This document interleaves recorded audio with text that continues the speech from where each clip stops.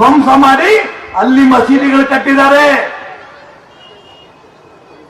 ಹೊಸದೇ ಮಸೀದಿ ಕಟ್ಟುವಲ್ಲಿ ಇನ್ನೂ 1,000 ಕಟ್ಸ್ಕೊಳ್ಳಿ ನನ್ನ ಅಭ್ಯಂತರ ಇಲ್ಲ. ಆ ಮಸೀದಿನಲ್ಲಿ ನಮಾಜ್ ಮಾಡ್ಲಿ, ಸಂತೋಷವಾಗಿ ದೇವ್ರ ಪೂಜೆ ಮಾಡ್ಲಿ. ಆದ್ರೆ ಈಶ್ವರನ ಲಿಂಗವನ್ನ, ಸೋಮನಾಥ ಲಿಂಗವನ್ನ, ಕಾಶಿ ವಿಶ್ವನಾಥ ಲಿಂಗವನ್ನ, ಮಥುರಾದ ಶ್ರೀಕೃಷ್ಣನ ಲಿಂಗವನ್ನ, ಅಯೋಧ್ಯೆಯ ಶ್ರೀರಾಮಚಂದ್ರ ಭೂಮಿಯನ್ನ ಪುಡಿ ಮಾಡೋರನ್ನ ನಾವು ಬಿಡ್ತೀವ?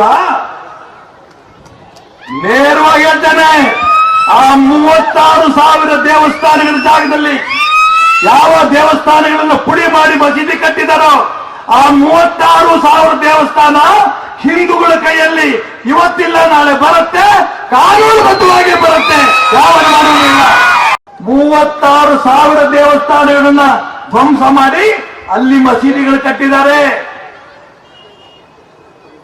ಹೊಸದೇ ಮಸೀದಿ ಕಟ್ಟುವಲ್ಲಿ ಇನ್ನೂ 1,000 ಕಟ್ಸ್ಕೊಳ್ಳಿ ನನ್ನ ಅಭ್ಯಂತರ ಇಲ್ಲ.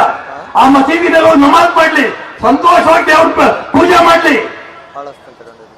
ಆದ್ರೆ ಈಶ್ವರನ ಲಿಂಗವನ್ನ, ಸೋಮನಾಥ ಲಿಂಗವನ್ನ, ಕಾಶಿ ವಿಶ್ವನಾಥ ಲಿಂಗವನ್ನ, ಮಥುರಾದ ಶ್ರೀಕೃಷ್ಣನ ಲಿಂಗವನ್ನ, ಅಯೋಧ್ಯೆಯ ಶ್ರೀರಾಮಚಂದ್ರ ಭೂಮಿಯನ್ನ ಪುಡಿ ಮಾಡೋರನ್ನ ನಾವು ಬಿಡ್ತೀವ?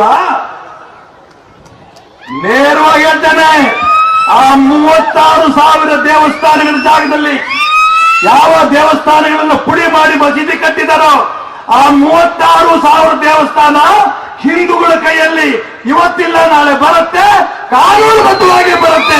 ಯಾವ ಕಾನೂನಿಲ್ಲ.